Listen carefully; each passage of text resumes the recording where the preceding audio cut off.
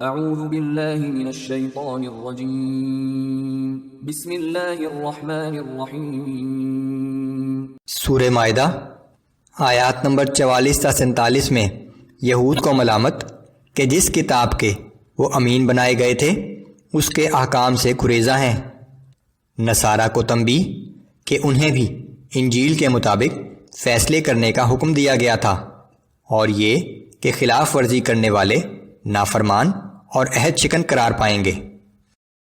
اعوذ باللہ من الشیطان الرجیم۔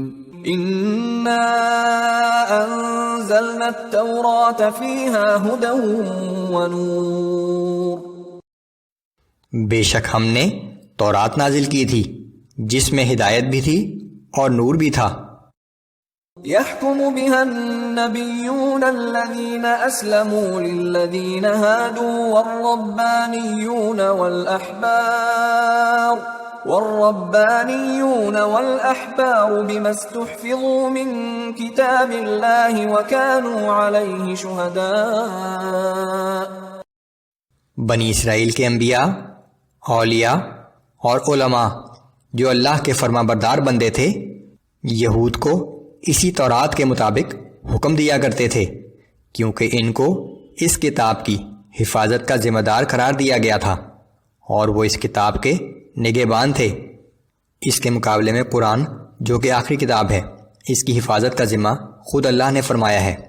بے شک ہم ہی نے یہ قرآن نازل کیا ہے اور یقیناً ہم ہی اس کے محافظ ہیں۔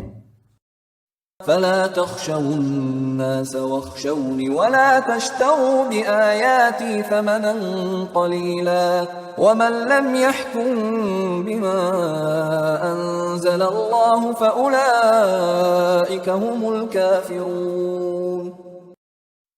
پس اے اہل یہود، تم لوگوں سے نہ ڈرو اور صرف مجھی سے ڈرو، اور میرے احکام کو حقیر قیمت کے عوض نہ بیچا کرو، اور جو لوگ اللہ کے نازل کردہ احکام کے مطابق فیصلہ نہ کریں تو ایسے ہی لوگ کافر ہیں۔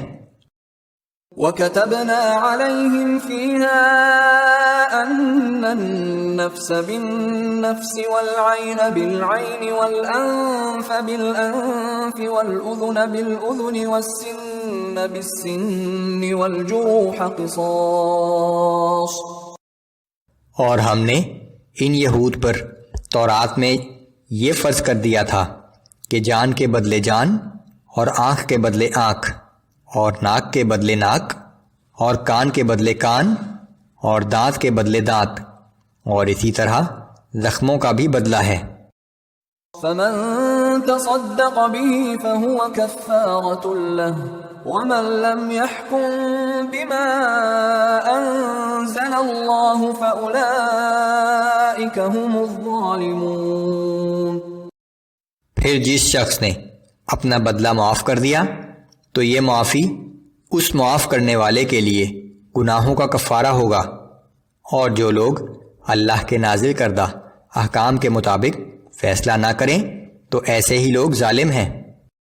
وَقَفَّيْنَا عَلَىٰ آثَارِهِم بِعِيسَى ابْنِ مَرْيَمَ مُصَدِّقًا لِمَا بَيْنَ يَدَيْهِ مِنَ التَّوْرَاةِ وَآتَيْنَاهُ الْإِنجِيلَ فِيهِ هُدًى وَنُورٌ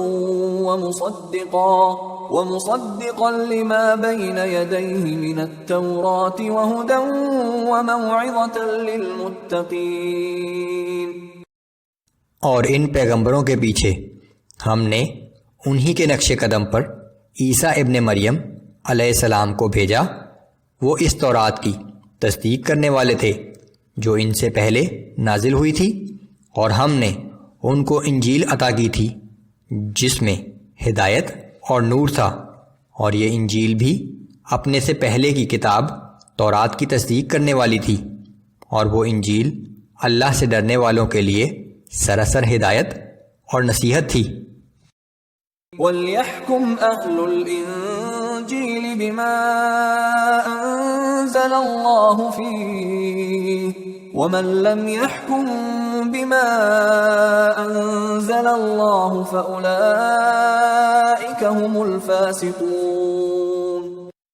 اور اہل انجیل کو بھی چاہیے کہ جو کچھ اللہ نے انجیل میں نازل فرمایا ہے اس کے مطابق فیصلہ کریں، اور جو لوگ اللہ تعالیٰ کی نازل کردہ تعلیمات کے مطابق فیصلہ نہ کریں تو وہی لوگ فاسق ہیں۔